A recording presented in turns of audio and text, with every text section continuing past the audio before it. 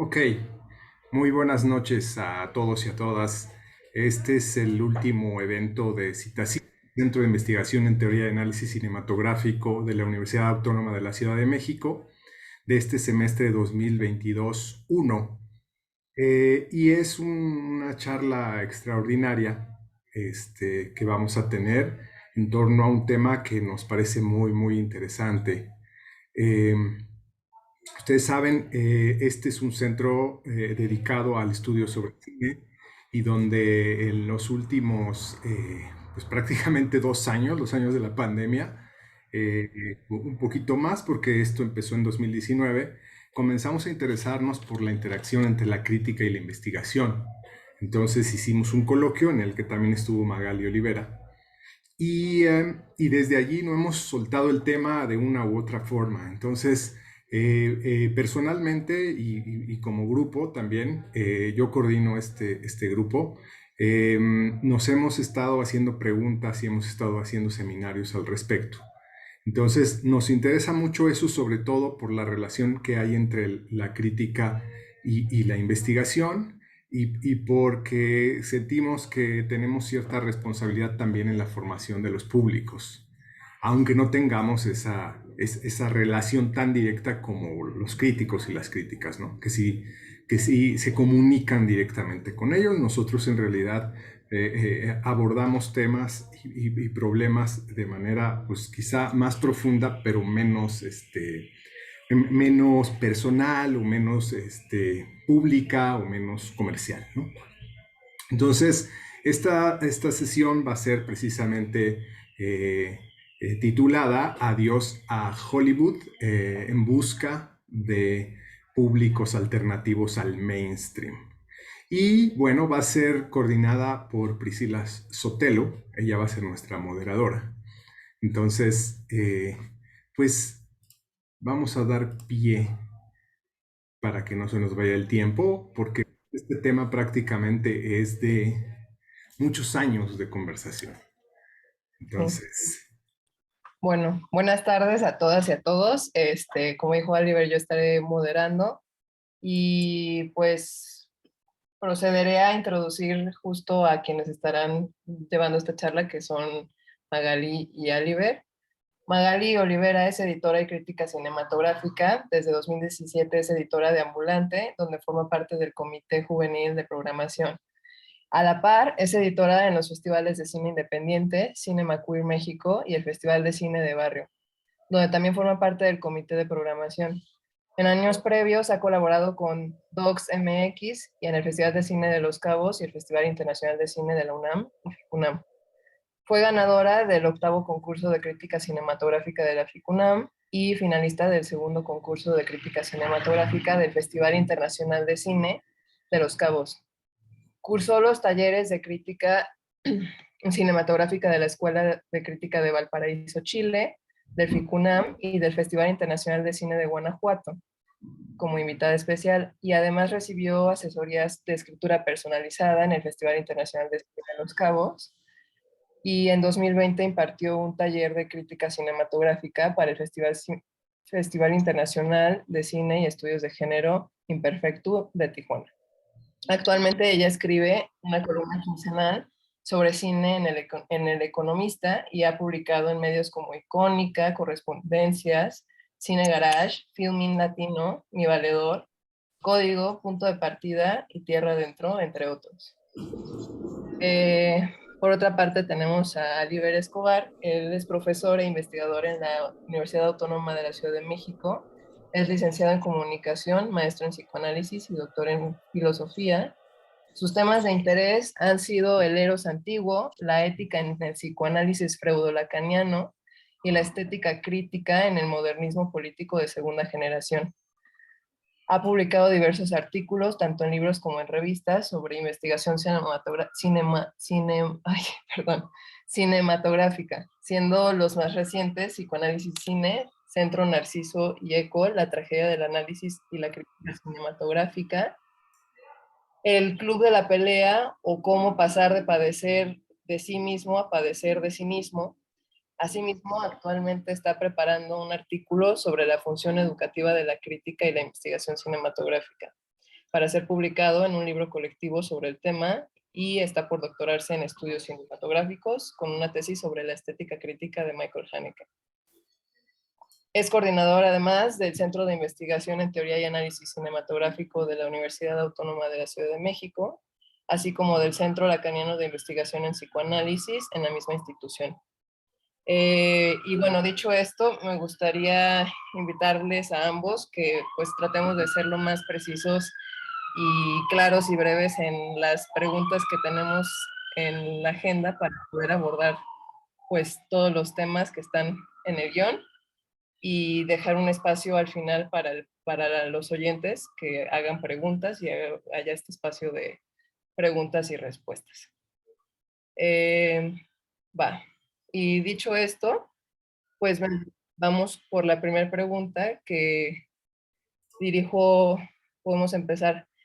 La primera pregunta, Magali, sería, ¿podrías hablarnos un poco sobre tu relación personal con Hollywood y cómo fue que llegaste a decidir que había que decirle adiós? Sí, hola, pues muchas gracias por el espacio y por la invitación. Estoy contenta de estar aquí con diferentes perspectivas y voces sobre este tema. Mi relación con Hollywood, pues creo que surge como de la forma inevitable que nos ha sucedido a todas las personas, que es mediante su aparatoso maquinaria, su aparatosa maquinaria de publicidad y de exhibición. Inevitablemente me encontré con alguna que otra película mientras era pues más joven y creo que desde las primeras veces que vi películas de Hollywood sentí como mucha agresividad en sus lenguajes, en su forma de exhibirse, de promocionarse, y de inmediato empecé a generar como una distancia. Yo estudié literatura y creo que mi relación con las narrativas tenía que ser así como más pausada y un poco más, que se prestara más a que la imaginación participara, que la espectadora pudiera también formar parte de la narrativa, ¿no? Y cuando me encontraba con estas películas en las salas y demás, pues no me dejaban a mí ningún espacio para interactuar y eso me empezó a sentir como muy incómoda. Y pues fue creciendo conforme más me daba cuenta de que no solamente no participaba yo como espectadora en interpretar, ni participar con mi imaginación, ni nada, sino que además me estaban reiterando una serie de estereotipos sobre la vida que yo quería empezar a desechar para poder formarme como persona, ¿no? Y bueno, ahí es cuando digo que le diré adiós, que me gusta mucho esto que estamos haciendo con el nombre. Y pues bueno, ahora no lo puse en mi bio, pero estoy también dando un taller de crítica cinematográfica que se llama también Adiós a Hollywood y está enfocada en crítica de cine no comercial. Entonces también estoy buscando como especializarme desde la crítica cinematográfica en qué posibilidades tenemos para hablar de cine no industrial, ¿no? Si requiere como ciertos conceptos que sean más apropiados para ese tipo de narrativas o espacios de exhibición o distribución, etcétera. Como comentan bien, pues tenemos una relación más directa con el público, qué responsabilidades hay ahí y bueno, más preguntas que irán surgiendo en la charla, pero así es un poco porque empiezo a distanciarme de las narrativas de industria. Ok, muchas gracias. Ahora tu turno, Oliver. ¿Cómo le dijiste adiós a Hollywood?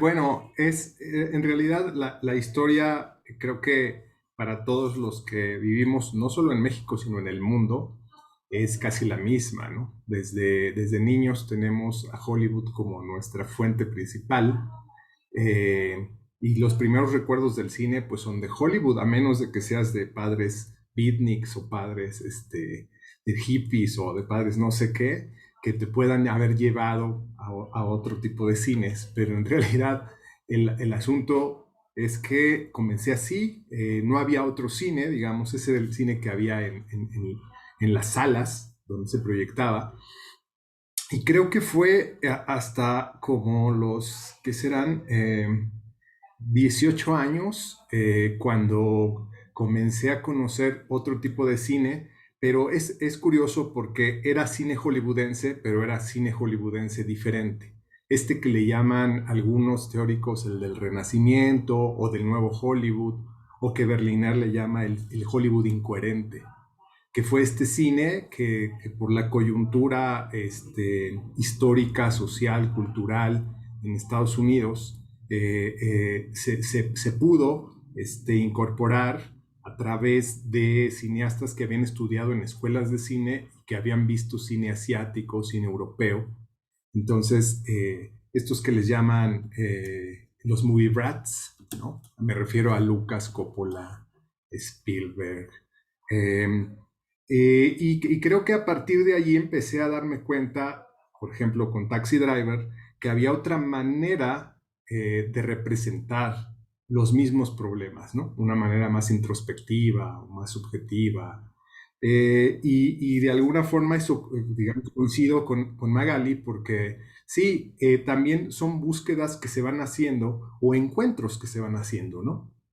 De una forma tal vez accidentada o contingente, pero me empezó a impresionar esa forma de filmar. Por supuesto que conocí a Cassavetes, ¿no? El cine indie de los 90 también, que es curiosamente cine de Hollywood, pero no cine mainstream, porque sí hay una diferencia entre el mainstream dentro de Hollywood y el cine de Hollywood, que puede ser también producido por lo que se conocía como las independientes dentro de Hollywood, es decir, las filiales o las subproductoras, como Miramax, como Line Star, o no recuerdo cómo se llamaba esa otra.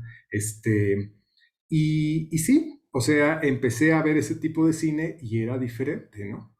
Incluso Tarantino era diferente. Cuando surgió, pues incorporaba cuestiones como de la Nouvelle Vague. Ya ven que su productora también se llama Banda Apart, ¿no? Referente a Godard. Es decir, hubo cosas en Hollywood que obviamente gracias a eso fue que nos empezamos, a los que no conocíamos otros cines, nos empezamos a meter en ese tipo de estética. Y ya después fue Cineteca, fueron cineclubes, fueron VHS de Juan Eladio, fueron DVDs, piratas de Tepito, fueron cosas antes de que existiera Internet, ¿no? Es decir, antes de que existiera Internet como ahora existe, porque existía, pero no existían las posibilidades que ahora existen y que quizá más adelante sería bueno hablar de ellas justo en las alternativas, ¿no? Ok, muchas gracias. Eh, Magali, ¿cómo describirías a Hollywood en pocas palabras? Les voy a confesar que no hice mi tarea, entonces estoy pensando un poco las respuestas mientras estamos aquí platicando. He estado muy saturada de trabajo, entonces disculpen si de pronto hago más pausas de las que quisiera. Pero pues para describir a Hollywood, pienso que habría que hacer una serie de distinciones importantes, ¿no? Y más bien ir como limpiando un poco qué no es Hollywood y qué para llegar a qué sí es, ¿no? Yo creo que es importante que hablemos evidentemente de los presupuestos, pues, de los métodos de producción, de las posibilidades económicas que tiene una película, y entre más altos sean, cuando hablamos así de miles de millones, pues se acerca más a un cine de industria de Hollywood. También podríamos tomar en cuenta los temas que se tratan. Yo relaciono mucho el cine de Hollywood como con temáticas estereotípicas, hiperbólicas, ¿no? También con tratamientos que son lo mismo, como bastante reiterativos y exagerados. Probablemente también con mecanismos de distribución, como en qué cuántas salas aparecen, mediante qué distribuidoras, ¿no?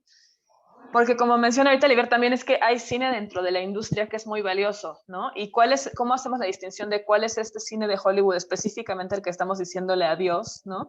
Y creo que yo por eso pensaría en este tipo de circunstancias que lo atraviesan, ¿no? Temáticas formales, de presupuestos, porque condicionan eventualmente también los temas y las formas, y de exhibición y distribución, porque son las que me parece que han llegado a ser muy violentas en comparación con posibilidades de otras narrativas y que creo que hacen un poco de daño eventualmente también a los espectadores y a la idea de cine, ¿no? Y a sus funciones en la sociedad.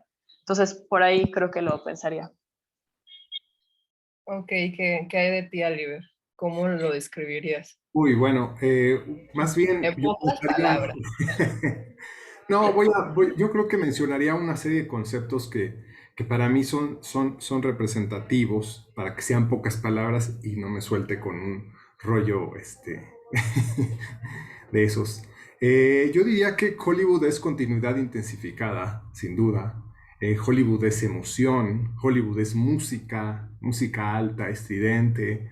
Hollywood también es, creo que, simplificación de la realidad, ilusiones, ¿no?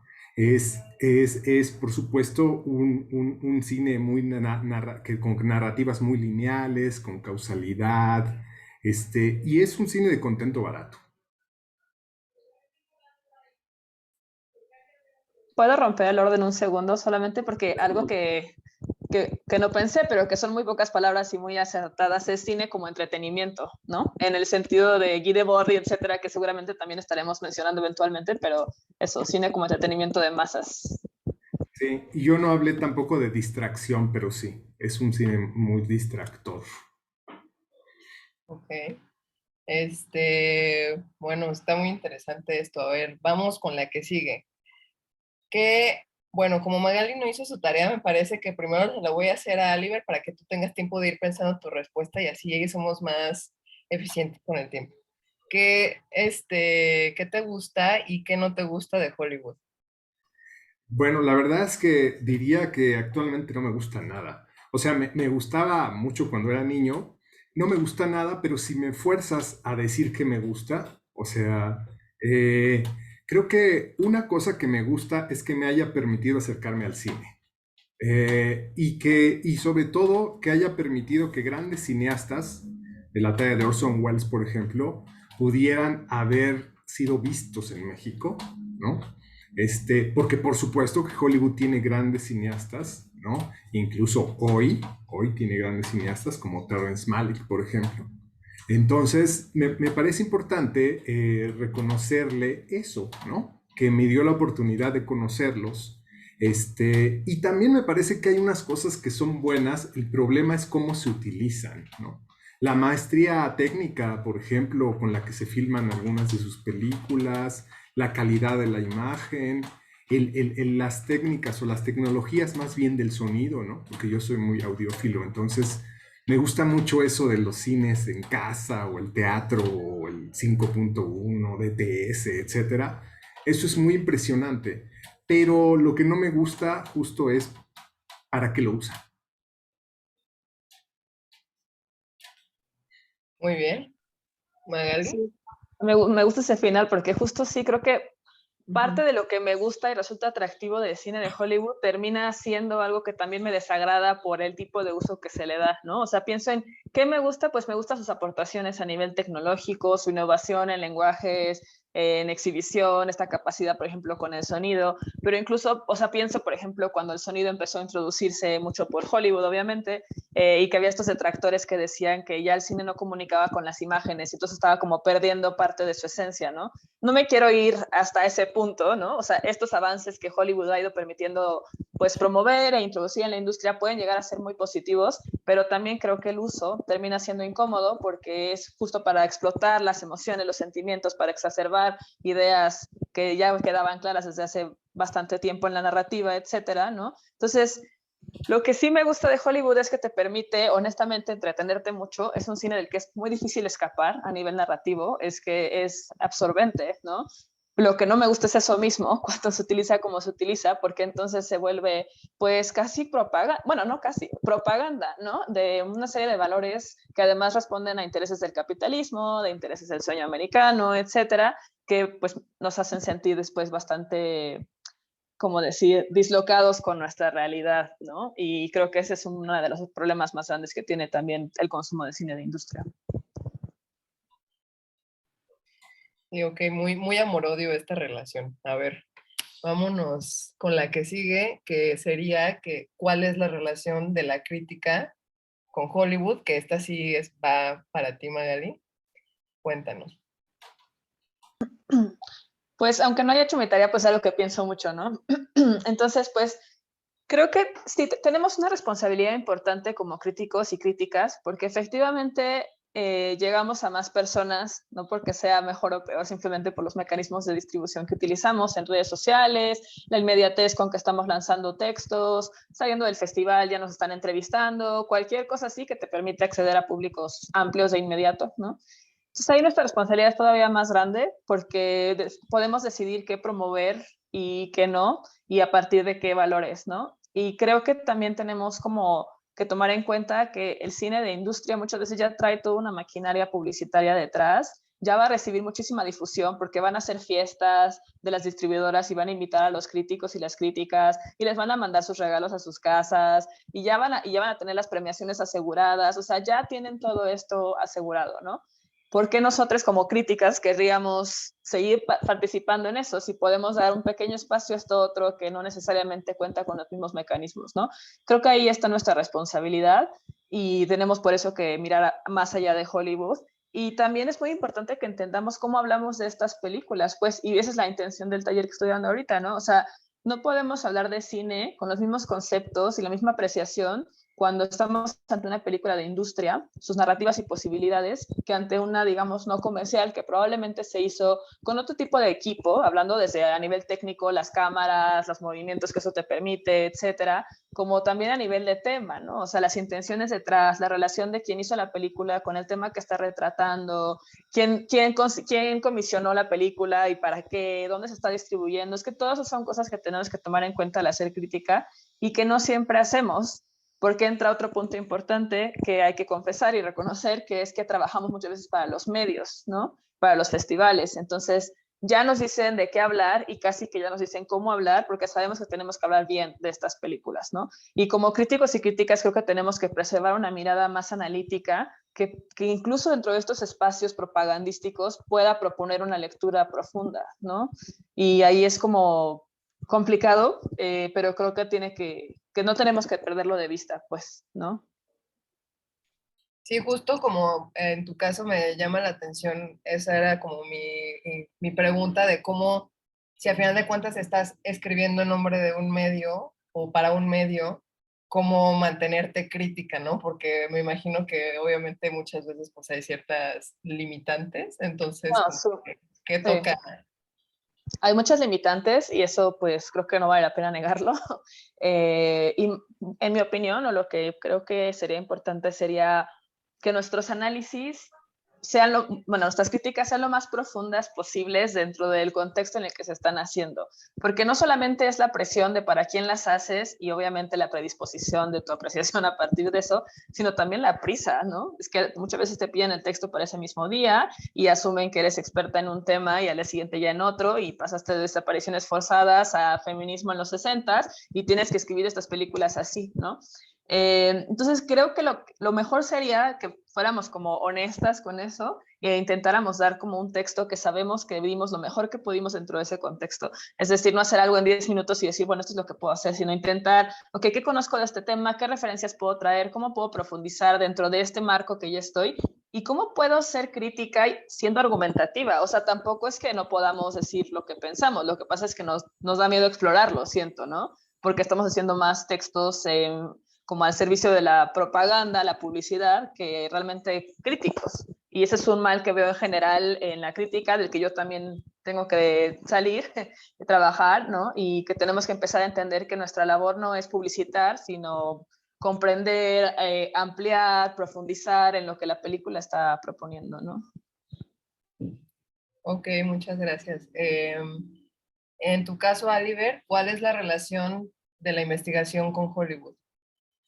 Bueno, primero quisiera decir algo, pareciese como que la crítica no es tan crítica, ¿no? Pero bueno, eso es un poco para probar. Ajá, justo eso como... Pero más allá de eso, nosotros afortunadamente no tenemos este problema porque no estamos funcionados por intereses económicos, ¿no? Y agradezco demasiado eso. Lo lamento de verdad porque lo veo en los críticos cómo existe esa presión, porque pues es su trabajo.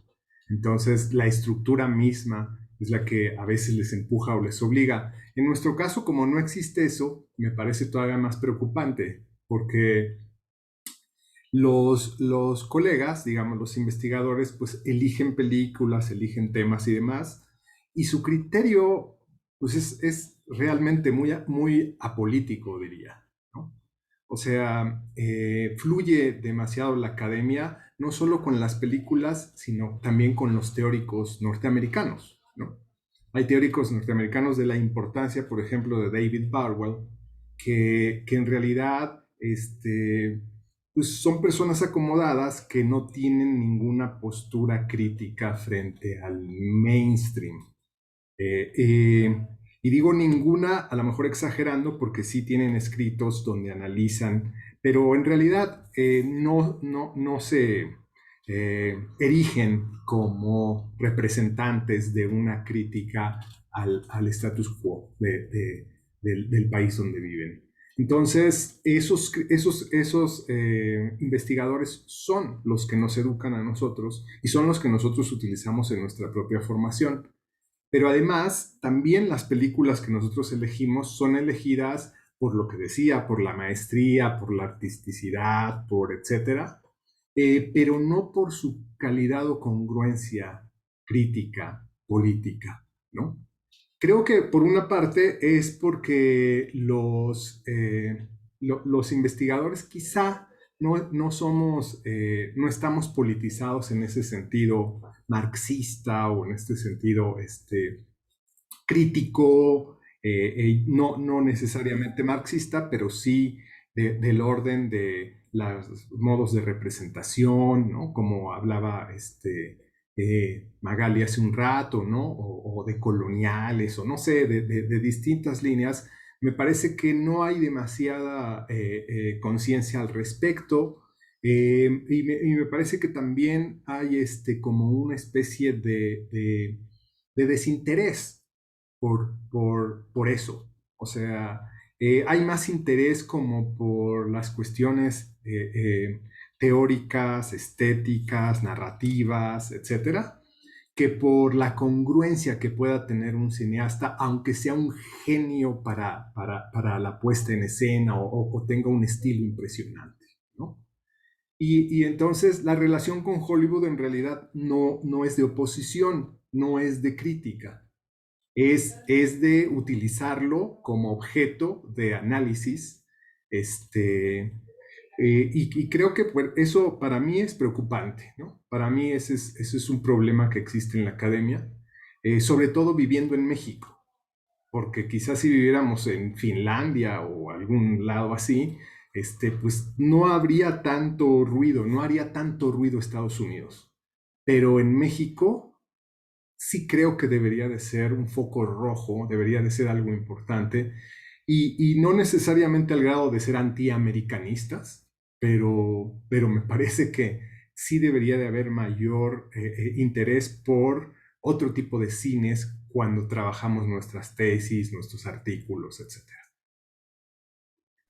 Yo ahí también quisiera aprovechar que mencionas la comparación con otros países por hablar, por ejemplo, del caso de los redactores de Cahiers du Cinema, que me imagino vieron la noticia de que renunciaron masivamente todos, ¿no? Sí. Ahora porque había un nuevo fundador que pertenecía como a una empresa, ¿no? Entonces, me imagino como lo que aquí sería el lujo de renunciar a toda una plantilla de redactores, escritores, porque hay una persona a cargo que obedece a ideales capitalistas con los que no concuerdas. Creo que también habría que pensar aquí un poco en este contexto específico, quién está detrás de estos medios y por qué persigue estos intereses al final, pues sí, capitalistas, ¿no? De consumo, del clic, del compartir, que no sé qué, al menos desde la crítica, ¿no? Que el éxito se mide a partir de esos términos, que también sería un problema, tenemos que resignificar lo que es un texto bueno o exitoso, no en valor de difusión, de clics y demás, de promoción, sino en otros tipos de valores que no hacemos, ¿no? Igual reconceptualizar eso, pues, pero también pensemos en que aquí también hay como mucho control por parte de estas distribuidoras estadounidenses y demás, que son al final también quienes están manipulando un poco qué se dice, quién, para dónde está el dinero, porque de qué te van a pagar por escribir de qué tipo de textos y qué tipo de películas y cómo van a medir los resultados. Entonces todo eso también influye mucho, ¿no? Que si estamos en un contexto en el que no es fácil tampoco escapar de eso si quieres vivir de eso, y lo que hicieron los Gracias du Cinema pues me pareció extraordinario en ese sentido, ¿no? En esta época. Sí es importante hablar de los condicionantes. Quizá yo lo estoy haciendo como decía, como si nosotros no tuviéramos ese problema, pero tal vez pensándolo dos veces, lo tengamos en tanto los investigadores queremos vender nuestros libros o queremos ser leídos o lo que sea, ¿no? Entonces, bueno, es una cuestión compleja, pero hay que ponerla sobre la mesa. Sí, creo que justo esto que pones sobre la mesa ahorita respecto como a todo el ecosistema social y político se vincula perfecto justo la relación que tiene la historia, la política, la economía, la ideología y la estética en Hollywood, o sea, para abordar ese tema. Sí. Entonces, esa va para los dos, entonces no sé si quieres empezar, Oliver. Ujú. La verdad es que eso nos llevaría como 10 años platicando, pero lo cierto es que para hacer lo más conciso posible, digo, yo en esta investigación que estoy terminando, dediqué un capítulo a eso y le llamé los prolegómenos de la estética crítica, ¿no?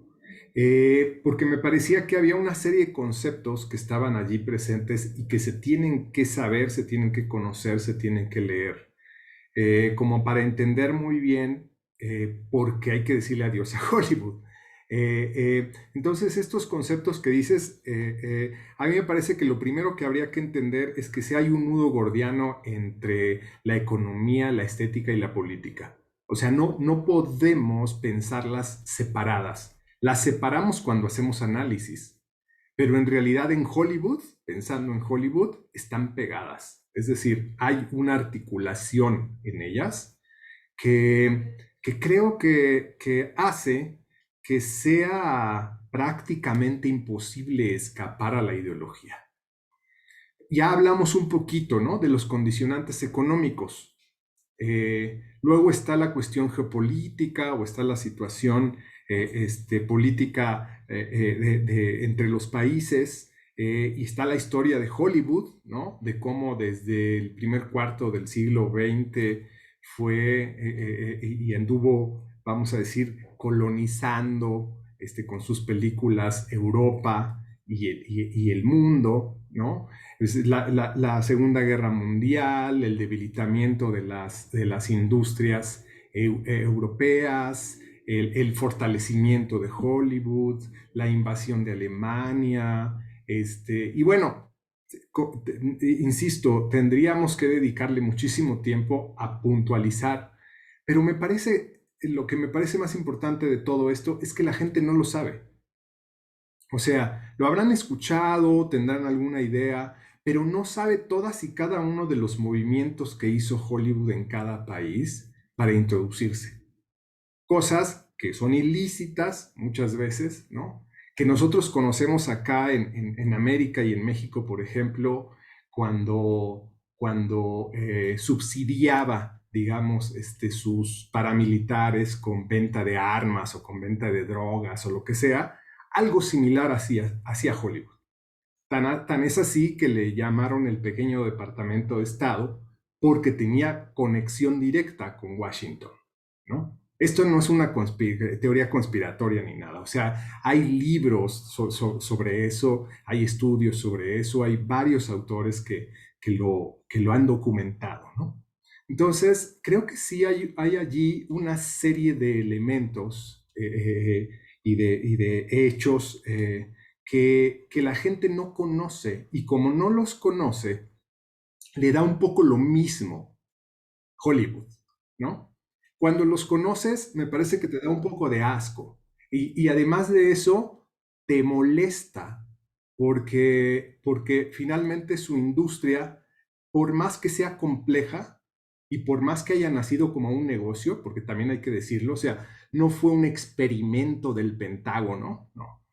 Surgió, ustedes saben, de una unión, de una asociación de unos tipos, un tipo vendía bicicletas, otro tipo se dedicaba al negocio de la basura, otro tipo vendía guantes, y dijeron, vamos a poner una empresa. Y pusieron los estudios que después se convirtieron en eso que conocemos ahora, pero Hollywood nació como un negocio y sigue siéndolo. Esa es una de las problemáticas que también en las discusiones siempre salen, ¿no? De que es que Hollywood utiliza el cine como un objeto de consumo y bla, bla, bla. Pues es que nunca dijo que no era eso. O sea, así surgió Hollywood y así va a desaparecer, ¿no? Y tienen que ganar dinero porque son una empresa. El problema es que cuando a las empresas, es decir, eso que nosotros ahora nos queda muy claro con el neoliberalismo, cuando el Estado se junta con el mercado y trabajan juntos, que es un poco lo que pasó con Hollywood. Entonces, cuando pasa eso, no dice eso Hollywood. Hollywood nada más funciona igual, digamos, o supuestamente igual, pero ya hay intereses detrás. Y esos intereses están obviamente ocultos, por eso decía que hay un nudo en la estética y en esta cuestión que señalaba Magali de todo lo que le pasa cuando lo ve y cuando se dio cuenta, etcétera. Es decir, cuando te empiezas a dar cuenta es porque efectivamente te percatas de que detrás o debajo de eso que tú ves y que te gusta mucho por la música, por el baile, por el entretenimiento, por la emoción, por la acción, por lo que tú quieras, detrás de eso hay discurso, ¿no? Detrás de eso hay pensamientos, hay actos, hay prácticas, hay valores, etcétera, que al final la gente adopta. Como adoptamos regularmente todo, es decir, no hay allí ninguna magia. En realidad, me parece que es importante reconocer que eso que hace Hollywood lo hace muy bien, porque te oculta todo lo que te está, vamos a decir, imponiendo, y te lo hace placentero, ¿no? Te lo hace complaciente, te lo hace emocionante, te lo hace excitante. Entonces, me parece que todo eso es problemático, porque entonces, en el momento en que tú piensas que la estética les hace el trabajo sucio y tú no te das cuenta de eso, te deberías de sentir un poquito culpable por las satisfacciones que obtienes de allí, porque esas satisfacciones son a pesar o van en detrimento de la economía de tu país, de la cultura de tu país. Estoy hablando de todos los países, ¿no? Siempre hay un menoscabo, siempre hay un daño, un perjuicio que se da en las culturas donde Hollywood entra. Digo, por supuesto que hay cosas buenas que ha llevado, pero también hay cosas muy malas, como el cine mexicano, por ejemplo, ¿no? O sea, no estoy hablando en general, pero ese cine mexicano que quiere ser como Hollywood, ese es un efecto, por ejemplo.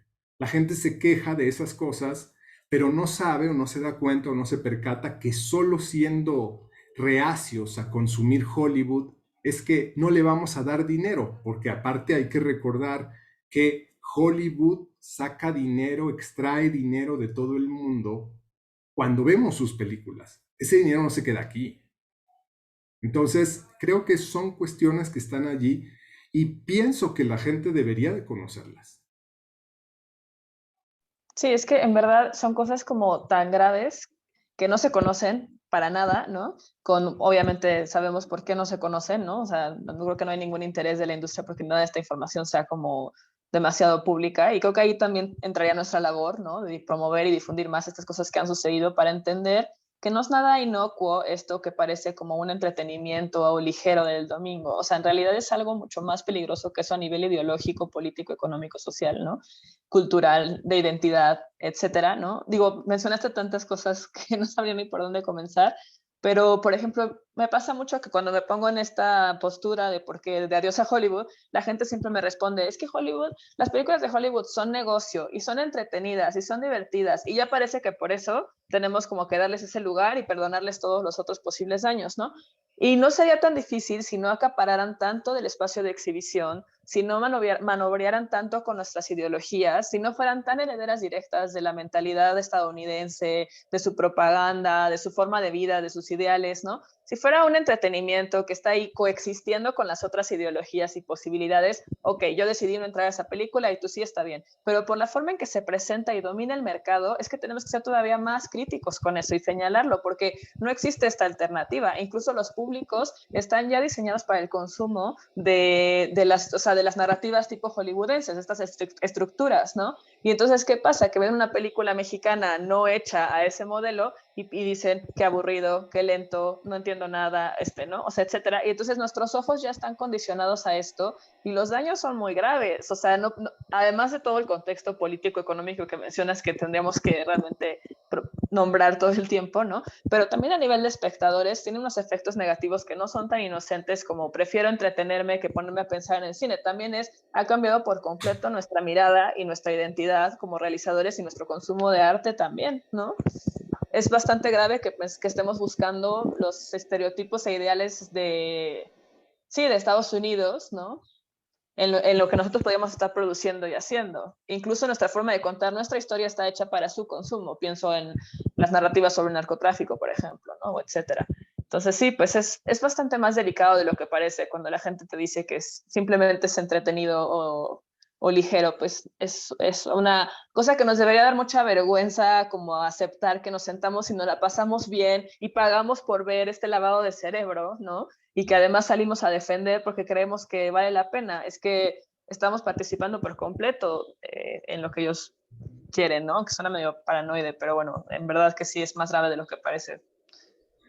Yo creo que sí, sí, sí suena así porque vas en contra del discurso hegemónico, ¿no? Eh, y, y- y bueno, todos sabemos que cuando alguien va en contra, pues se le tilda de loco, ¿no? Entonces, cuando te radicalizas, te, te deslizas a ese lugar, porque prácticamente es como estar en contra, ¿no? Es como hace rato que hablabas de Bort, él decía que digamos, se necesitaba ser enemigo de la sociedad, ¿no? Te convertías en enemigo de la sociedad y de alguna manera rompes ese lazo. Me parece también importante señalar eso. Yo creo que por eso mucha gente no deja Hollywood, porque prácticamente empiezas a perder hasta amistades. Entonces, no hay posibilidad como de romper del todo y tampoco no hay posibilidad de romper del todo y no quedarte solo. Es decir, hay una parte muy social, ¿no? De Claro. la cultura No, mainstream. siento que la gente siempre está lista además para señalar como las incongruencias o inconsistencias que hay en posturas radicales, ¿no? Al menos he experimentado mucho que entre más me planto desde esta perspectiva, la gente más le gusta decir, pero te gusta tal película, ¿no? Pero te gusta tal director y es como, pareciera que tiene que ser una cosa así como perfecta, ¿no? Cuando lo único que estamos intentando señalar es que hay otras opciones a veces, ¿no? Pero además también creo que otra consecuencia grave de esto es que parece que tenemos que sentarnos y aceptar que el cine sea un negocio al servicio del capitalismo y no una forma de arte o una posibilidad de lenguaje que puede escapar y criticar esto mismo, ¿no? O sea, ¿por qué de pronto cedimos? Entiendo todo el dinero que implica hacer una película, distribuirla, etcétera, lo entiendo, pero ¿por qué cedimos a la idea de que por lo tanto le pertenece como herramienta al capitalismo para promover sus valores, ¿no? Cuando también podría ser una forma de arte que hiciera lo contrario, como ha sido, por ejemplo, la literatura en muchas ocasiones, o ha sido otras formas de arte, ¿no? Desde cuando el cine no tenía como esa posibilidad, y volviendo allí de Bord, ¿no? Esta posibilidad de activar a las audiencias, a la sociedad, de criticar, de etcétera, y que a lo largo de la historia del cine han habido muchos ejemplos en los que ha sido, que se arman revoluciones por una película, pues, ¿no? Y creo que no está bien que en nuestro momento pensemos que eso ya no lo puede pertenecer al cine, que perdió ese valor, digamos, ¿no? Sí, sobre todo en una competencia tan desleal. Porque, digamos, yo sé que lo que dices suena ingenuo de que porque Hollywood no deja que las otras industrias compitan igualitariamente, pero en realidad es ingenuo porque todos sabemos que es como Coca-Cola y Red Cola, ¿no? O sea, o Big Cola, o no sé cómo se llama, que en realidad hacen eso, ¿no? O sea, es sabotear distribución, y Sí. por supuesto imponerse a través de pues, políticas totalmente expansionistas, imperialistas. eh, Pero también a nivel de espectadores, ¿por qué seguimos prefiriendo eso otro? Si ya sabemos que no vamos a hacer nada por modificar las industrias, porque sí, sería inocente pensar eso, así como pensar que reciclar elimina el 70% de emisiones que generan 100 empresas en el mundo, ¿no? O sea, yo entiendo que esa no es como la tirada, pero sí creo, no, por eso me sorprende todavía más que si conocemos esta estructura bastante dominante y agresiva, todavía seamos quienes la consuman con gusto y además paguemos un chingo para ver las películas, porque parece además se distribuyen en salas especialmente caras y demás, ¿no? Entonces, bueno, no me deja de sorprender que no solo no critiquemos, sino que defendamos a capa y espada y veamos todo el tiempo esto, ¿no? Es como grave. Pues, o sea, creo que, bueno, si me permiten decir una opinión, estaba pensando justo en la gravedad de eso, de que a pesar de estar consciente del impacto, se siga consumiendo. o sea, creo que hay una parte importante de seguirlo consumiendo para seguir como analizando las cosas o aunque sea la misma fórmula o no sé, o estar enterado simplemente. No tampoco ser un consumidor ávido de ello, pero pues estar enterado. Pero también por otra parte creo que es problemático, o sea, creo que una de las raíces de ese problema puede ser que pues por lo menos a mi generación, muchas generaciones, pues sí crecimos yendo todos los fines de semana al cine, ¿no? Y pues las carteleras son eso, básicamente. Entonces, de alguna forma es una parte muy intrínseca de nuestra identidad. Entonces, es como algo, incluso como, pues sí, como dilema o problemático con una misma. El lidiar con que, bueno, o sea, sí quiero como cambiar mi postura de espectadora, ser más consciente de qué voy a consumir, a qué le voy a destinar mi atención, mi tiempo, mi dinero, pero al mismo tiempo es como, pero esto forma parte o formo parte de mí, entonces como que sí creo que también ahí conlleva como que pues esos procesos personales que pueden hacer que sea complicado el hecho de hacer esta ruptura y esta como emancipación de, ¿sabes? Claro, Pero y no. creo que lo que mencionas es súper importante y por un lado también me emocioné y a lo mejor me pongo más radical de lo que en realidad quiero ser, pero esto no es una obligación para ningún espectador o espectadora. Creo que todas las personas siempre van a tener derecho a elegir qué quieren ver. Lo importante quizá es nada más dar información suficiente para que lo hagamos desde una perspectiva crítica y no simplemente absorber la información que vemos en la pantalla, ¿no? Pero por un lado entiendo perfecto el dilema. Además, yo a veces pues con mis amigas o así, como que no queda otra más que ver estas películas. A veces las veo y a veces me gustan, muchas veces no, la verdad, me siguen pareciendo muy agresivas y demás. Eh, pero, por ejemplo, entras en este dilema que muchas veces también pienso, que es, ¿de quién es responsabilidad esto? O sea, del espectador que no tiene acceso a veces a otras narrativas, porque estamos además en una ciudad en la que hay salas independientes, etcétera, pero no es la realidad de la mayoría del país, ¿no? O de las carteleras que solamente dejan las películas que les hacen ganar dinero por venta de tickets, pero que también tienen que sobrevivir porque no es fácil tener una sala que no sea de un consorcio gigante. O sea, al final es muy difícil pasar la bolita de la responsabilidad en ese sentido, porque ¿sabes? Como que hay demasiadas cosas de por medio para pensar que solo hay una razón. Y creo que la peor razón que podríamos pensar sería que es culpa del espectador o la espectadora, cosa que quizá yo estaba pecando ahorita y me echo para atrás en ese sentido, porque pues sí, empecemos porque crecimos con estas narrativas, cosa que yo te preguntaría también, aunque formó parte de ti, pero ¿en qué sentido? O sea, ¿qué valores engendró en ti? ¿Qué visiones? Y seguramente la respuesta no va a ser la más agradable, ¿no?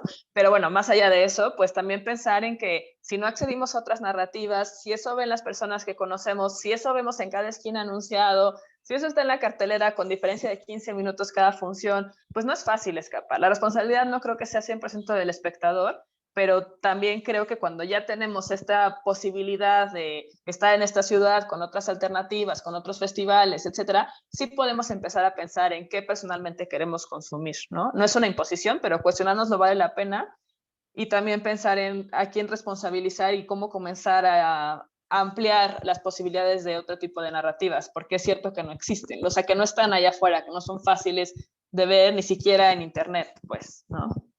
Sí, además yo creo que lo que planteas, Magali, ya tiene que ver con la siguiente cuestión, porque finalmente es un gran problema. Yo diría que ese debe ser un problema en el que nos debemos ocupar.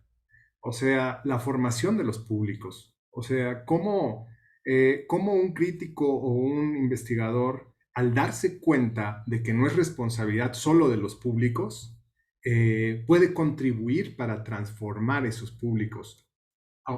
Algo, para hacer algo.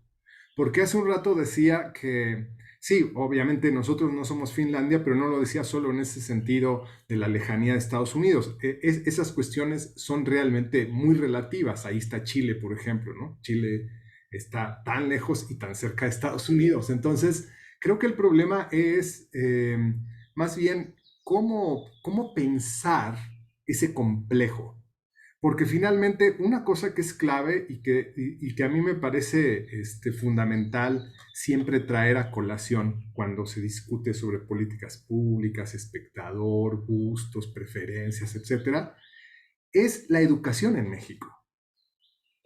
O sea, regularmente los empresarios, los políticos, etcétera, y el mercado en general hablan mucho de que el consumidor tiene la última palabra, que el cliente tiene la razón, etcétera, ¿no? Pero imaginemos que en productos culturales como este, vamos a dejar que el espectador elija un espectador que no tiene garantizada la educación en México. Es decir, que no tiene esas necesidades básicas resueltas. Y entonces tú dices, bueno, pero hay que defender su derecho a decidir y ya saben, todo este discurso neoliberal. ¿Qué puede salir de allí si tú dejas que un público como ese, que carece porque el Estado no se lo da, porque el mercado presiona para que no se lo dé, para que le cueste, para que tenga méritos para ganárselo, lo que sea? ¿Qué podemos esperar de un público así? Es decir, por supuesto que no estoy demeritando su calidad intelectual. Solo estoy hablando de que hay un problema educativo serio, ¿no? Que complejiza esta supuesta libertad de los públicos y complejiza también su responsabilidad. Entonces, creo que eso hay que tenerlo muy claro cuando hablamos de que el espectador hay que dejarlo decidir porque él sabe, porque no es tonto, etcétera. Claro, yo estoy totalmente de acuerdo de que no es tonto, pero al mismo tiempo, como dices, ha estado sometido a una serie pues de estímulos, que es justo lo que sucede. O sea, hay muchas opciones para contrarrestar esto. Pero el problema es que si tú tienes un espectador que está acostumbrado, ¿no? A que todo le sea fácil, le sea accesible, ¿no? A esta cuestión placentera e inmediata de Netflix, por ejemplo, que apenas está terminando una película y ya está empezando la otra y que además te pone la sección de lo que te recomienda y etcétera. Es decir, un espectador que no necesita educación porque tiene una nana que le dice qué comer, ¿no? Entonces, prácticamente, ¿qué puedes esperar, no? O sea, la gente en realidad se acostumbra a eso. Entonces, esa condición, ese condicionamiento, ya dejando de lado, por supuesto, que esa plataforma dominante sea la que les ayuda a socializar, porque es como las novelas antes, ¿no? Que se socializaban. También ahora las series socializan. Entonces, si tienes esa estructura y luego no tienes una orientación, porque por más que tengas educación, también la educación es deficiente, ¿no? No se eliminan sistemáticamente las humanidades, bla, bla, bla, bla, bla, pero pues esos son otros temas. Entonces, cuando tú tienes espectadores de ese tipo, pues son espectadores perfectos para las transnacionales. O sea, perfectos, ¿por qué? Porque tú vas a defender su derecho a elegir y te vas a ver progre, pero por otro lado vas a abusar de su ignorancia. Y por supuesto de su pereza y por supuesto de su falta de agencia y bla, bla, bla, bla, bla. Entonces, a mí me parece importante pues que nosotros insistamos en que hay opciones, pero esas opciones cuestan, no dinero, o cuestan poco dinero o no dinero, pero cuestan trabajo. Es decir, como que hay que transmitir a la gente que para ir en contra del mainstream o para marginarse del mainstream o para bajarle un poquito al mainstream, así como si fuera el azúcar o el alcohol o lo que sea, hay que trabajar. O sea, hay que saber bajar películas de torrent, hay que tener un servidor y pagar un servidor y bajar películas de los sitios que venden, que más bien regalan porque suben las películas de cine de arte, de cine de autor o como se les llame, ¿no? Porque hay muchas categorías. Está Movie, por ejemplo, que ya es una alternativa a Netflix, una alternativa importante, y que si bien no es la plataforma que tiene todo, porque ese es uno de los problemas de Movie, que quieres ver una película y ahorita no la tenemos, ¿no? Pero implica ya una relación diferente con el cine, como decías, como arte. Es decir, no voy a discutir aquí con Noel Carroll de que si es arte de masas o no es arte, bla, bla, bla. O sea, esa es otra discusión que es muy interesante. vamos a respetar que es arte, pues, ¿no? Ok, otro tipo de arte, ese arte no, otro. Entonces, me parece que es muy, muy importante que los espectadores, espectadoras entiendan que para marginarse de la sociedad del espectáculo hay que trabajar, que eso no se va a dar fácil, que las industrias culturales lo que van a hacer todo el tiempo es seducirte con su practicidad, ¿no? Y además de estimularte demasiado y además de hacerte dependiente, porque si no, ¿de qué vas a hablar con tus amigas? Lo que sea, ¿no? Entonces, lo que hay que hacer es trabajar mucho. O sea, eso también tenemos que transmitirlo. Te va a costar, te va a doler. ¿Por qué? Porque el mundo está ordenado precisamente para que tú fluyas con esa industria. Y de Sí, repente cuando tú no quieres, o sea, cuando tú empiezas a pensar otras cosas, a sentir otras cosas, empiezas a ser marginado.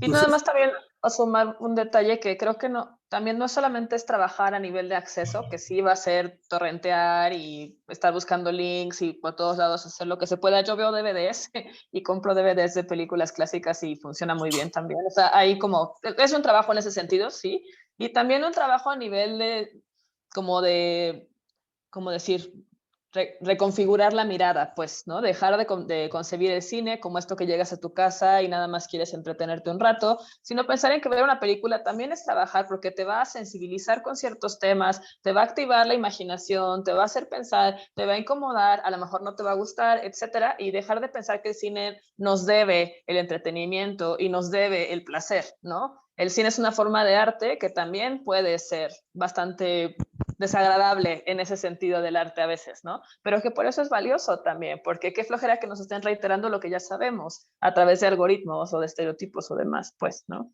Pues también es un trabajo interno, pero según yo eso es lo que está padre del arte, ¿no? eh, sí, y bueno, también el movimiento físico, porque estoy hablando muy del movimiento virtual, pero el movimiento físico de ir a los cineclubes, a las salas, que si bien cada vez se comercializan más por la necesidad, por el sustento y lo que sea, al mismo tiempo me parece que es importante mantener esas comunidades de goce, o sea, tener eso muy presente y también leer a los críticos, a las críticas que escriben sobre esas películas.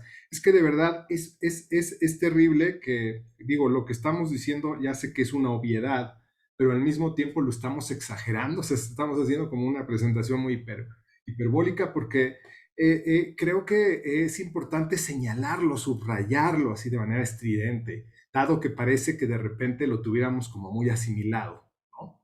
Entonces sí creo también que esta dimensión como de la imposibilidad, porque también hay que reconocerlo, hay una imposibilidad para ver otro tipo de cine.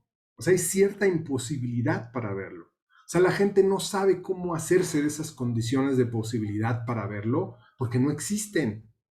Entonces, de repente también es así muy, muy difícil cuando las carteleras, las agendas culturales están tan determinadas y tan dirigidas hacia allá. La Sí, gente sí. no puede ni imaginarse otra realidad más que esa, ¿no? Y yo ahí nada más quisiera agregar que también no quiero como tener un tono impositivo en ese sentido, porque volveré también a pensar en los contextos a través de los cuales vemos el cine, ¿no? Que no es lo mismo, por ejemplo, yo me dedico a escribir sobre cine y me dedico a editar en un festival de cine, etcétera. Obviamente me interesa el cine como trabajo, ¿no? También quiero aprender a respetar la concepción del cine como entretenimiento en ese sentido para quien llega muy cansado del trabajo y todo. Entonces, sí quiero como dejar claro que no se trata de una imposición, pero sí de compartir que existen otras formas y otras posibilidades, porque así como yo no quiero imponer, tampoco quiero permitir la imposición que sí existe ya de estas narrativas, ¿no? O sea, nada más quiero coexistir, pues, y eso no está sucediendo ahorita, sí hay una imposición de este lado, entonces sin necesidad de que parezca que todo tiene que ser lo contrario, pues por lo menos aboguemos, intentemos una coexistencia en ese sentido. Sé que no va a ser fácil alcanzarla en las salas comerciales, pero por lo pronto podemos intentar hacerlo en lo que escribimos, en lo que investigamos, en lo que compartimos, etcétera, ¿no? entender que hay otros espacios donde se pueden ver otras cosas y que esas otras cosas se tienen que mirar desde otra perspectiva, ¿no? Entender la duración de los planos como otro significado, que no es el mismo de cine de industria. Entender, no sé, la presentación de los personajes, los guiones, la iluminación. Hay factores formales incluso que son distintos y que tenemos que aprender a apreciar de maneras así, como diferentes, ¿no? Eso sería lo único que sentí Sí, un tono conclusivo y quise agregar. No, justo, claro, o sea, claro, justo porque eso es lo que, perdón, o sea, justo eso es como lo que estaría bien, o sea, hablando de estas como imposibilidades, empezar a hablar de las alternativas o de las propuestas que puede haber hoy para quienes quieran alejarse y tomar otra mirada y de Hollywood. No sé si Aliber se salió, lo dejé de ver de pronto, pero sí, pues creo que lo mencionábamos ya ahora en lo que decíamos, ¿no? Está Movie como una plataforma de streaming que está muy bien, tiene la condición de que las películas bajan después de un tiempo, algunas otras no, pero tiene una muy buena oferta. La verdad es que yo no estoy en contra del torrent ni la piratería, porque pues a veces es como una buena opción. Y yo compro DVDs y me ayuda mucho porque pues están todos los clásicos así a 50 pesos en la Cineteca o la verdad también el DVD pirata. Lo bueno es que no tocamos ese tema en esta charla, pero pues tenemos que recurrir un montón también a la piratería y pues yo compro así los DVDs así, torrent, tráfico de links, y plataformas que hay ahí con sus trucos, también bueno, algunas que están en Estados Unidos, por ejemplo, como Criterion Collection, que hay gente que logra ahí engañar a la computadora y acceder a ellas, etcétera. Creo que son las alternativas y un montón de salas independientes también, que en la Ciudad de México sobre todo hay, pero cada vez hay más también a lo largo de la República, ¿no? ujú.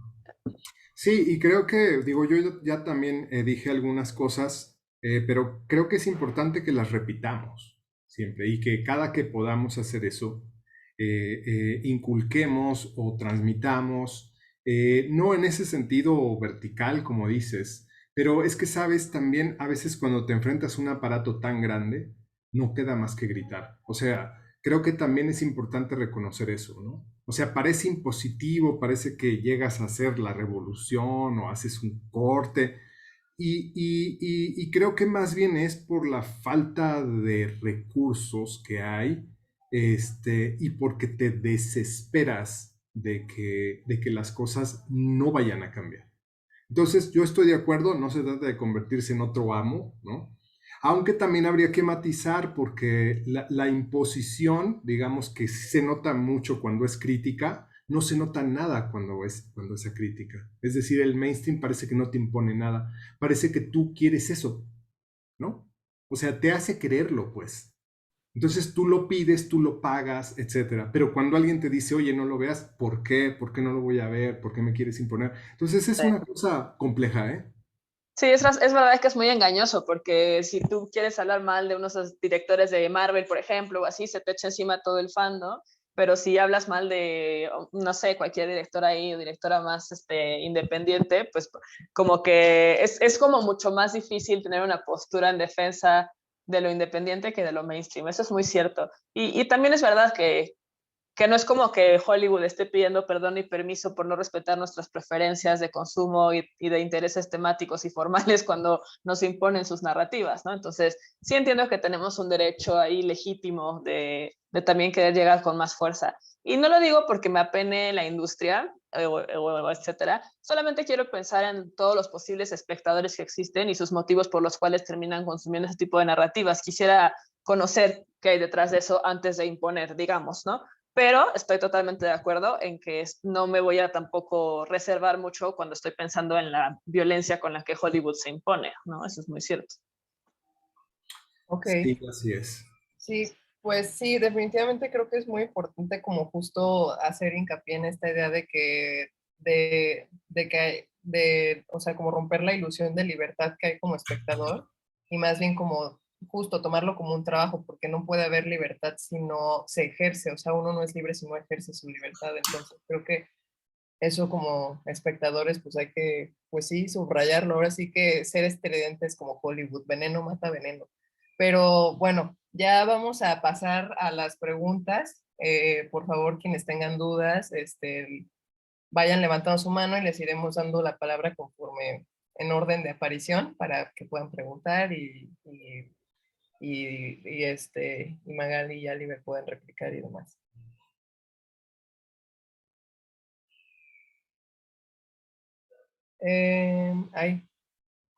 Martín Vázquez. Hola, buenas noches. Bueno. Tomé cualquier cantidad de puntos que me parecieron interesantes, pero nada más voy a hacer 2 preguntas para no mortificarlos.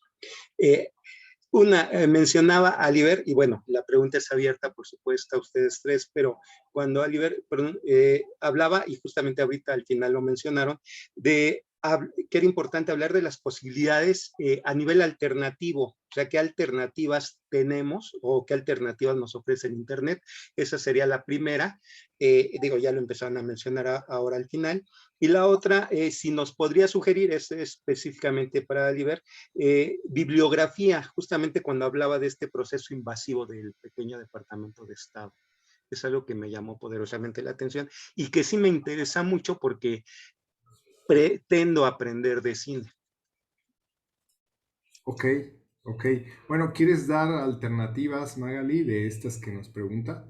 Pues creo que un poco lo que ya habíamos mencionado, ¿no? O sea, la importancia de acudir a espacios de exhibición independientes. En la Ciudad de México hay varios, y perdón, sí, no sé si todas las personas existen en la Ciudad de México, pero bueno, obviamente empezando por Cineteca, el IFAL, Cine Tonalá, hay un par de cineclubes ahí en la Colonia del Valle que también están muy bien.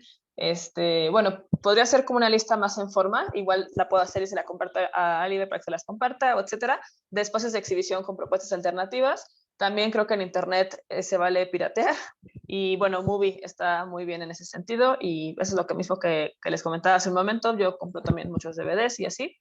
Y me sumo a la petición de bibliografía sobre ese tema porque sí suena súper interesante. Lo que puedo hacer con la bibliografía es enviárselas a todos los que estén interesados. Me mandan un correo y les mando la bibliografía sobre ese tema.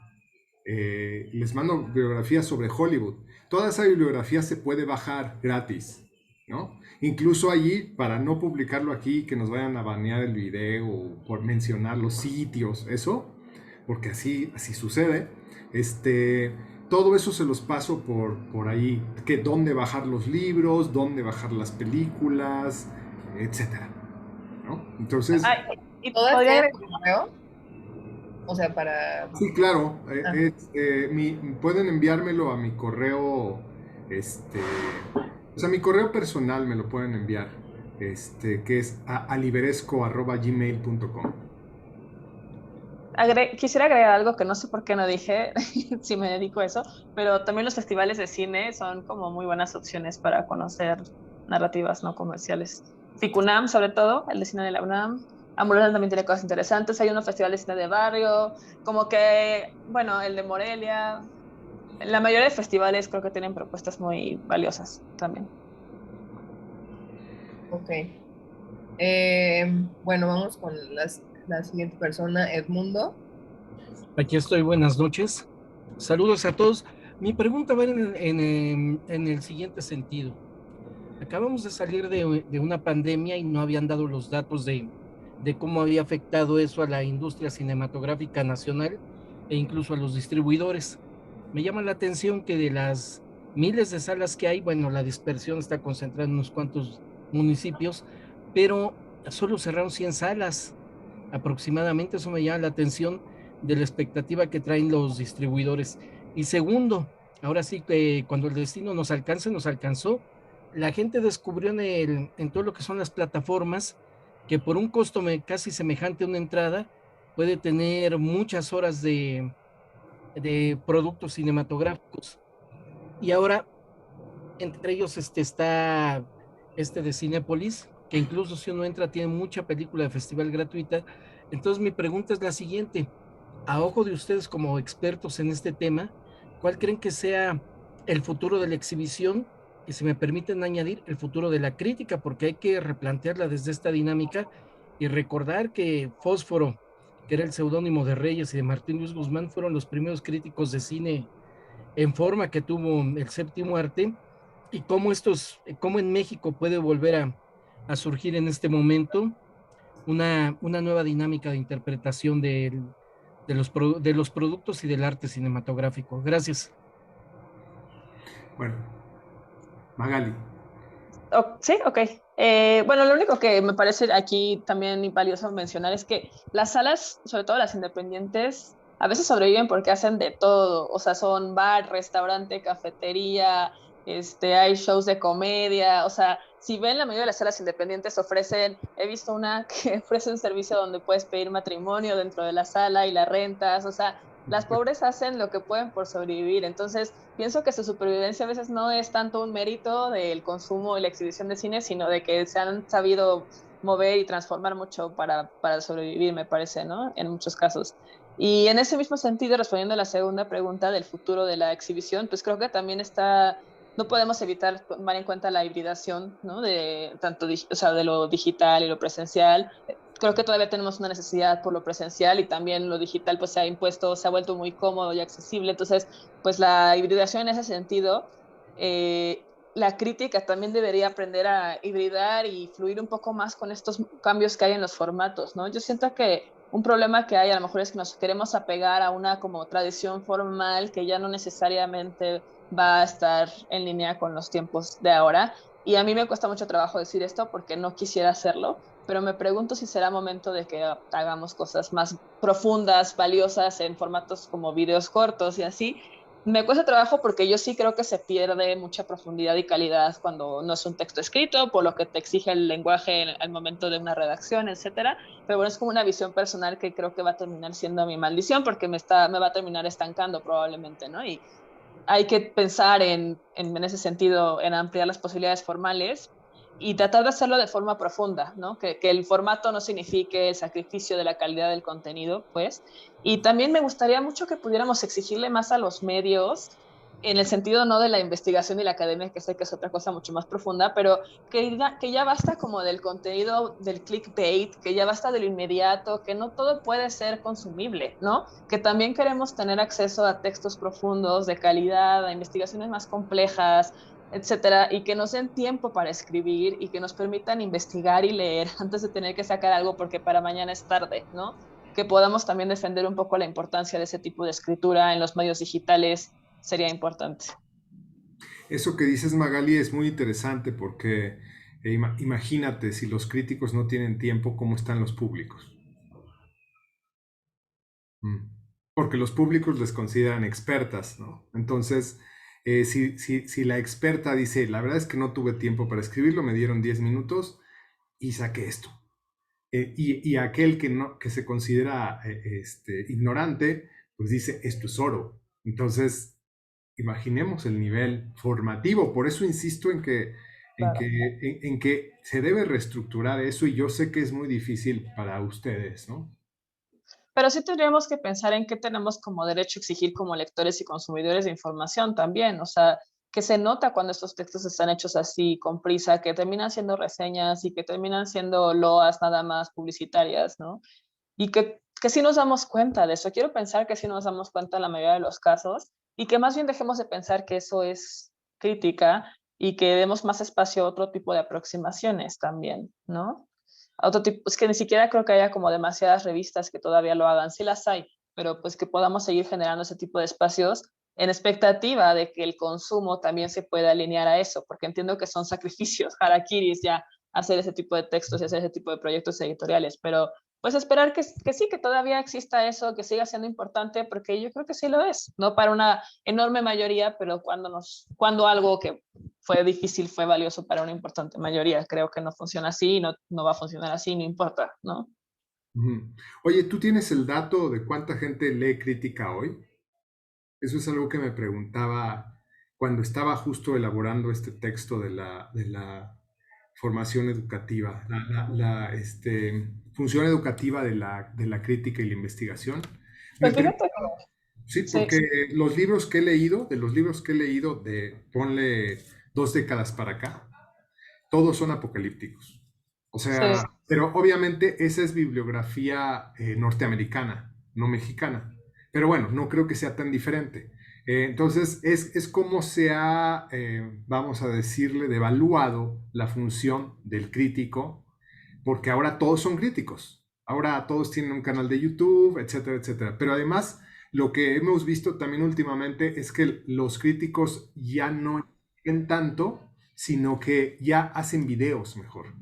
Sí, Por es lo que les digo, que a mí la verdad, ¿no? yo sí siento que se sacrifica un poco la calidad de contenido, no lo sé, puede ser que no, pero bueno, simplemente por el tiempo y lo que te exige un formato y otro, ¿no?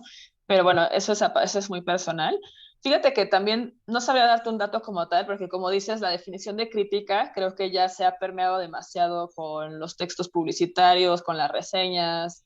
Creo que en ese sentido tendríamos que definir un poco pues sí, pero al final muchas de estas personas se denominan y se reconocen como críticos y críticas, ¿no? Lo que comentan en el chat, pues.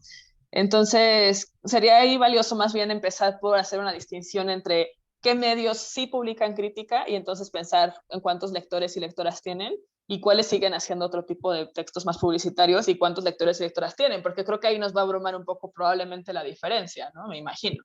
No Sí, puedo nada más ver en seguidores de sus cuentas, pues, ¿no? Pero tendríamos que empezar por hacer esa definición de quién sí sigue haciendo para después saber quién sí sigue leyendo, que desde ahí creo que está un poco complicado, ¿no?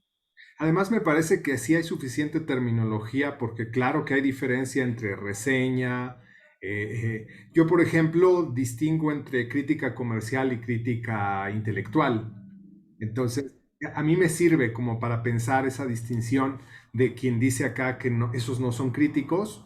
No sé, o sea, desde una perspectiva podrían no serlo, pero para otros podrían ser reseñistas, para otros podría ser reseña mainstream, para otros podría ser, no sé, para mí es crítica comercial y crítica comercial es alguien que escribe para que se venda una película, como la primera crítica que salía en los periódicos, pero para que se venda nada más, no para hacerte pensar, para que signifiques la película de otra forma, para que encuentres otras cosas que no habías visto, para que disfrutes mejor la película, no lo sé, o sea, eso ya me parece intelectual, pero esa es una cuestión que por supuesto proviene también de teóricos, que es algo interesante, que en Estados Unidos los teóricos también son críticos, algunos, ¿no?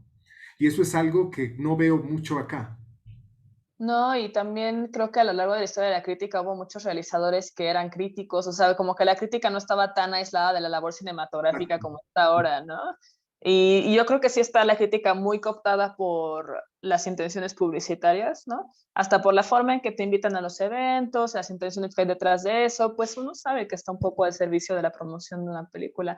Y me parece importante en ese sentido y reconocer que quizá eso podríamos no llamarlo crítica, no estoy negada a esto, pero también importante mencionarles que es lo que la gente llama crítica. O sea, lo que allá afuera la gente está diciendo que son críticos y críticas es la gente que está haciendo esos trabajos, pues, reseñísticos publicitarios. Me parece, es como lo que yo he visto más, al menos en la gente de mi edad y de aquí. Creo que igual habría que hacer como un estudio más profundo de quiénes están escribiendo qué tipo de análisis o de crítica, ¿no? Pero sí predomina eso, pues, ya. ¿Alguien más tiene alguna otra pregunta ya en estos últimos minutos que quedan de la sesión? Parece que no. Se quedaron sin palabras con la propuesta.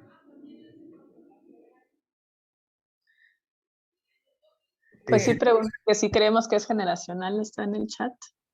Ajá, pero no entendí, refiriéndose a lo de la Pues crítica. sí, yo creo que sí, ¿no? El estado de la cuestión, como diría. Sí. Sí, pues yo creo que sí puede ser generacional en el sentido, en varios sentidos, pero pues, por ejemplo, no me gusta aceptarlo, pero pues la verdad es que leemos mucho menos, la inmediatez está dominando un montón, quizá para ustedes, ¿no? Porque están como muy metidos en el tiempo y la exigencia de la academia, lo cual admiro mucho, pero lo cierto es que la gran mayoría de las personas pues solo quieren cosas rápidas y el consumo inmediato y yo creo que eso sí es generacional y sí afecta mucho en lo que se hace y lo que se consume y por lo tanto en la superficialidad de la calidad del contenido, ¿no? Eso es generacional y también creo que sí, que como están las redes sociales, hay un poco como la vía a través de la cual promovemos nuestro trabajo, pues también eso hace que se vuelva todo muy inmediato y superficial muchas veces, ¿no? También creo que es un rasgo generacional.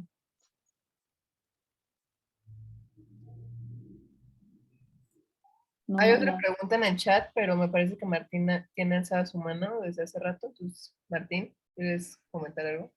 Sí, como comentario y bueno, felicitación, porque sí me pareció, primero, como que hubo un poquito de satanización a los espectadores que somos ignorantes, pero después ya cuando se mencionó y se hizo algo a nivel propositivo, me parece muy interesante, porque yo antes de eso había apuntado la importancia de educar antes que satanizar, y eso me remite a Humberto Eco cuando habla del el lector modelo, y justamente cuando mencionaban también, bueno, Oliver, que mencionaba de crear público o de generar públicos, y hago la analogía de este lector modelo o hacer un espectador modelo, que sabemos que así como se hace un lector modelo, también se genera un escritor modelo.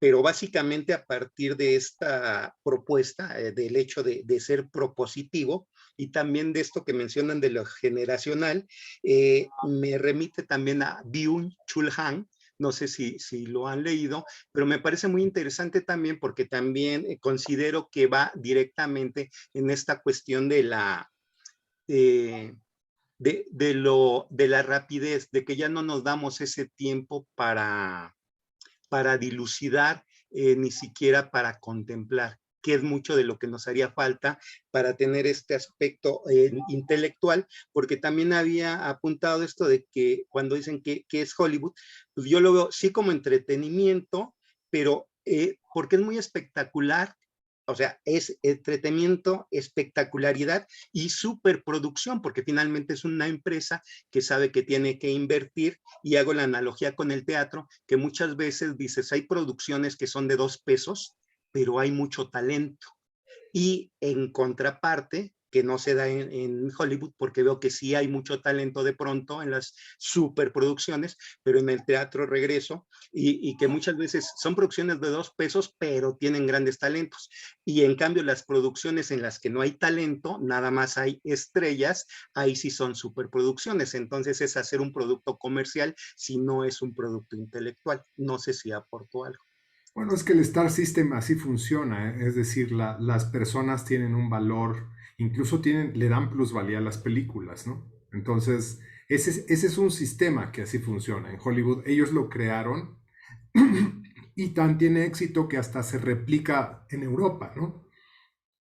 No igual, pero sí. Yo nada más quisiera subrayar otra cosa. Creo que sí es muy importante la formación de públicos, es decir, sí es muy importante crear públicos.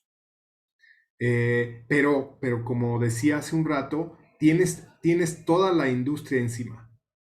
Entonces, crear públicos desde cero, sin presupuestos, sin recursos, y no solo hablo monetario, sino sin los recursos mediáticos. Por eso me parece tan importante que los investigadores y los críticos nos unamos en esa causa, porque finalmente los críticos serían como Hermes, ¿no? Es decir, ellos están en contacto directo con el público. Entonces, sí creo que hay un descuido allí, algo que no se ha podido articular, en que los críticos se relacionen más con los investigadores, ¿no?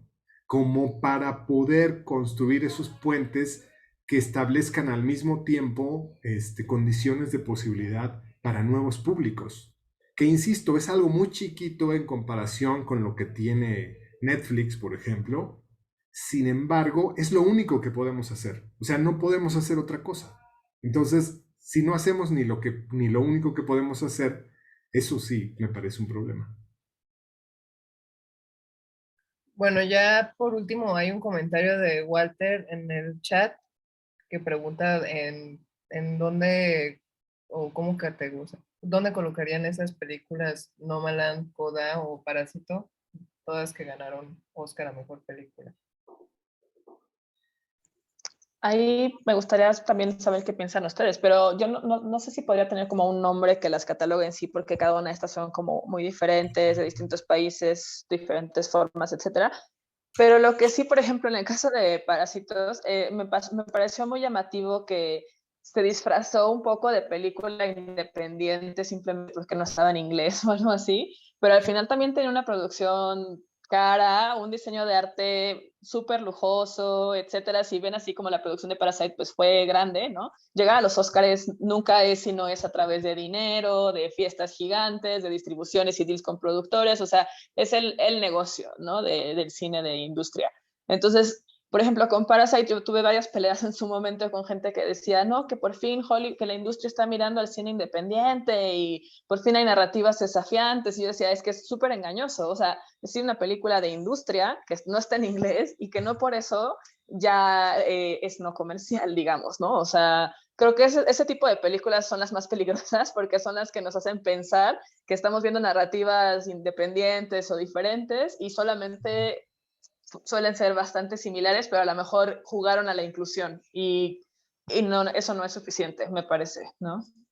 Sí, esas películas son a las que les llamo el mainstream externo, o sea, son mainstream, hay mainstream europeo, hay mainstream utilizándolo como categoría de un tipo de película que tiene ciertas características, ¿no? Que tiene ciertas características que forman parte de un discurso dominante, por eso mainstream. Entonces, me parece importante que esto que tú dices, a mí también me parece que es así, incluso conociendo la trayectoria de ese director y otras películas que ha hecho. Esta del tren, ¿cómo se llama? Train to Busan, algo así se llama, ¿no? Es totalmente mainstream, ¿no? Entonces, sí creo que eso también le llamo gatopardismo, ¿no?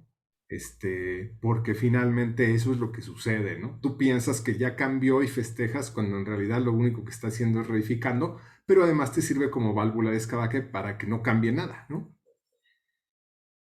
Sí, para rendir una especie de cuota de supuesta inclusión, pero que no termina por no desafiar ninguno de sus intereses, pues, ¿no? No por cuestionar nada a profundidad. Y creo que eso se ve muy claro en los Óscares, ¿no? Las películas que están ahí siempre son muy sospechosas en ese sentido, ¿no? Sí. Bueno, pues dada la hora, si ya nadie más tiene algo que agregar o comentar, pues daremos por concluida esta sesión. Muchas gracias a todas y a todos por participar hoy y pues ya nos veremos el siguiente semestre. Sí, Entonces, muchas gracias Priscila, muchas gracias Magali y muchas gracias a todos y a todas. Aprovecho también para invitarles a un seminario que voy a abrir al respecto sobre esto. Invito a todos y a todas, a Magali ya se lo había comentado, entonces igual por allá, puede que si se anima la vean por allí. Entonces, ya publicaremos el cartel con el programa y demás, por si alguien aquí está interesado. Y ya saben, si quieren la bibliografía y demás datos de descarga y demás, pues nos mandan el correo. Muchas gracias, buenas noches. Gracias. Y la próxima. Gracias por la invitación y el espacio. Gracias, buenas noches. Gracias. Buenas noches. Hasta la Hasta luego. próxima. bye. Bye. Chao.